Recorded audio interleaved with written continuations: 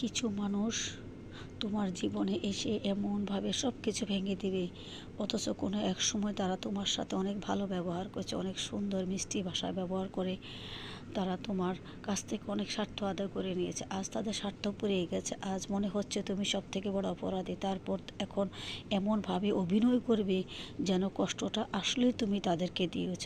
তারা তোমার শত ভালোবাসার ভুলে যাবে, তোমার হাসি মাখা মুখটা তাদের চোখে অপরাধী বলে মনে হবে।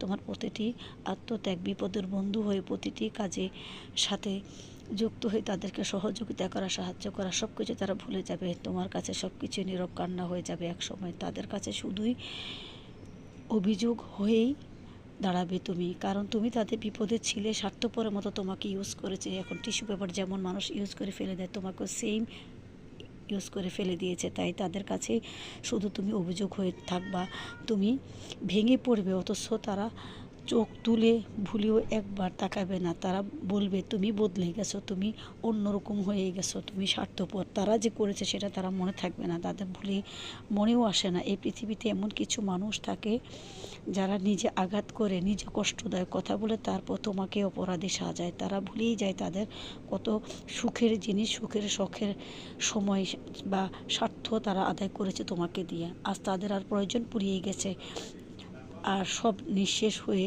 একাই নিজের দোষ খুঁজে বেড়াবে এখন তুমি। এরকম ভালোবাসা কখনো মানুষকে বাঁচায় না, শুধুই নিঃশেষ করে দেয়, একদম নিঃশেষ করে দেয়, কারণ তাদের প্রয়োজন শেষ হয়ে গেছে।